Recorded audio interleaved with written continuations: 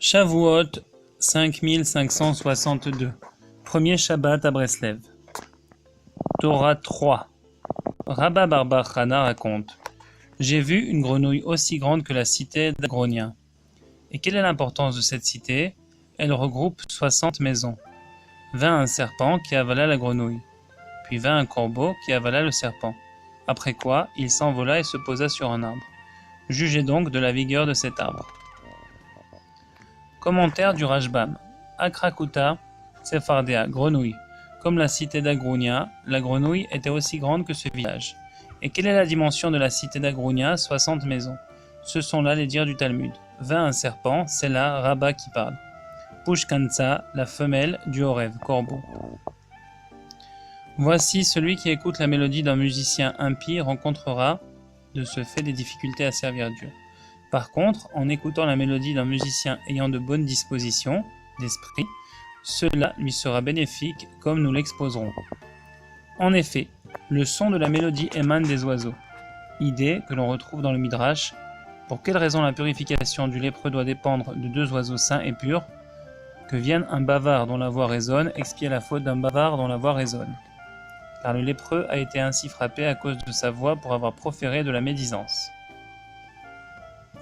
Aussi, un homme ayant de bonnes dispositions d'esprit verra sa mélodie émaner des deux oiseaux sains et purs. Or, le Zohar, Vaïkra 53b, enseigne que deux oiseaux puisent de l'endroit même d'où les prophètes puisent leur vision, ce qui explique pourquoi l'écoute d'une mélodie venant d'un musicien ayant de bonnes dispositions d'esprit est bénéfique.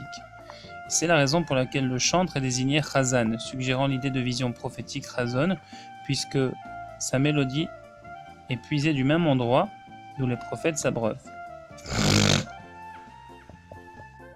Mais lorsque le musicien est impie, il puise sa mélodie des autres oiseaux, issus de l'impureté.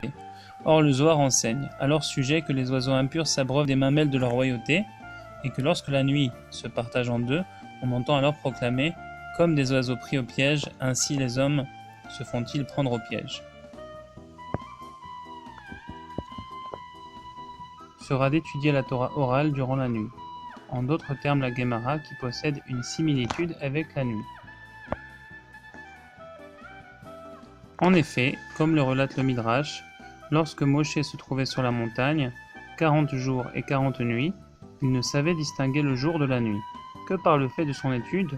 L'étude de la Torah écrite lui indiquait le jour, et l'étude de la Torah orale lui indiquait la nuit. La Torah orale présentait donc une similitude avec la nuit, ce que confirme un autre enseignement de nos sages sur le verset « Il m'a relégué dans des régions ténébreuses ». Cela fait allusion au Talmud de Babylone, c'est-à-dire que les régions ténébreuses identifient le Talmud de Babylone, regroupant l'essentiel de la Torah orale. Or, un autre verset indique « Et les ténèbres, il les appela nuit », indiquant donc de fil en aiguille que la Torah orale présente une similitude avec la nuit.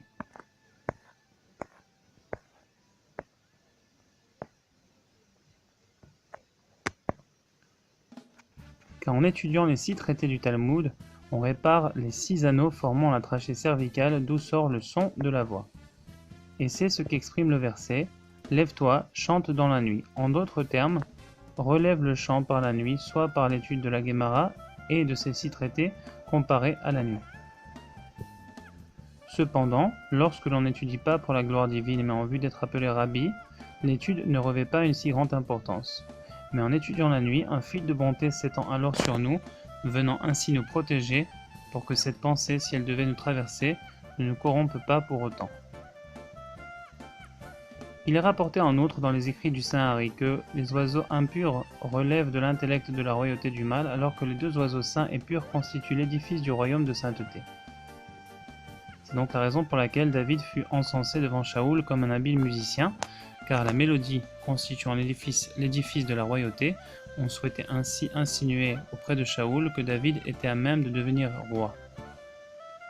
C'est également la raison pour laquelle le verset s'exprimant au sujet de David dit « Dieu l'amena au milieu des brebis allaitant leurs petits », en référence aux sphères énergétiques de victoire et de majesté, qui pour ainsi dire allaitent les prophètes de leur vision et qui en outre forment dans l'arbre séphirotique l'édifice de la royauté. Et c'est là ce que disait Rabba Barba Chana. J'ai vu Akrakuta, ce que Rashbam s'identifie à grenouille tsefardéa, qui phonétiquement peut se lire un oiseau de conscience, Tzipor Dea, qui était aussi grande que la cité Akra d'Agronia, phonétiquement similaire à Kra Begaron, clamé de sa gorge, car la mélodie émane de cet oiseau. Et quelle est l'importance de cette cité? Elle regroupe 60 maisons. En d'autres termes, de quelle manière rectifie-t-on le concept de clamer de sa gorge? Grâce aux 60 maisons, que sont les 60 traités. Aussi Rashbam commente, ce sont là les dires du Talmud, signifiant qu'il faut alors étudier le Talmud.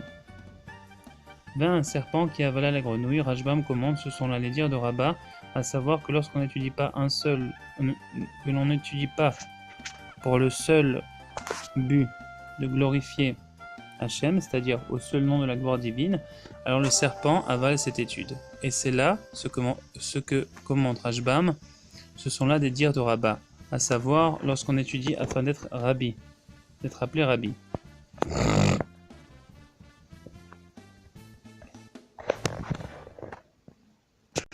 Vint un pushkanta que Rambam identifie au corbeau au rêve, c'est-à-dire qu'il convient d'étudier la nuit arvit, comme au rêve, qui avala le serpent, indiquant qu'il sera de la sorte protégé de la pensée provenant du serpent. Après quoi, il s'envola et se posa sur un arbre que le Maharsha identifie à Avraham, au sujet duquel il est dit « Abraham planta un verger » pour sustenter de ses fruits les voyageurs, ce qui suggère donc l'idée de bonté, référence au fil de bonté que l'on étend sur celui qui étudie la nuit, le protégeant ainsi de sa pensée, de la pensée venant du serpent.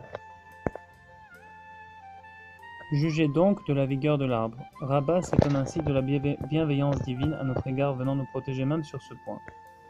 Nous pouvons dès lors comprendre la juxtaposition de la Mishnah « Fais-toi un maître, acquiers-toi un ami et juge chaque individu avec indulgence ».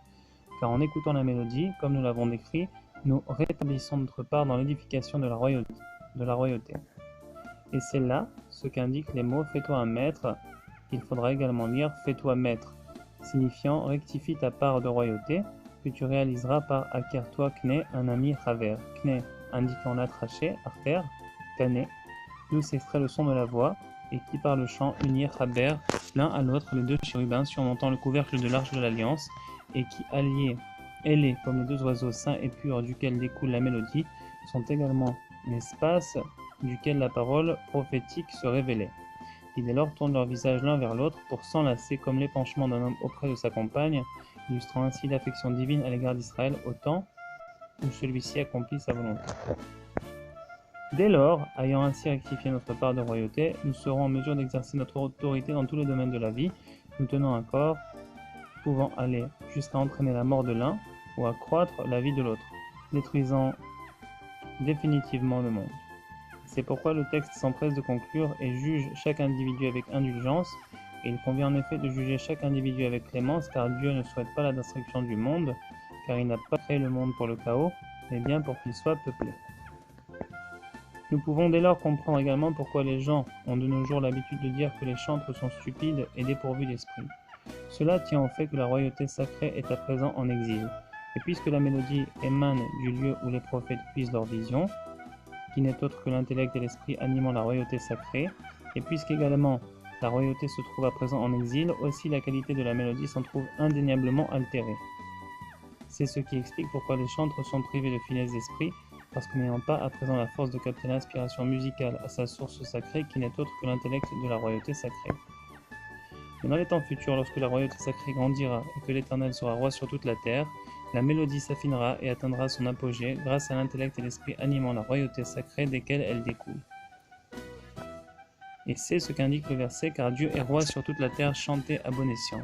En effet, lorsque Dieu régnera sur toute la terre et que la royauté sacrée s'agrandira, alors s'accomplira le verset, chantez à bon escient, ce qui signifie que les chantres chanteront alors à bon escient et finesse d'esprit, parce qu'ils capteront l'inspiration musicale à sa source sacrée qui n'est autre que l'intellect et l'esprit animant la royauté sacrée.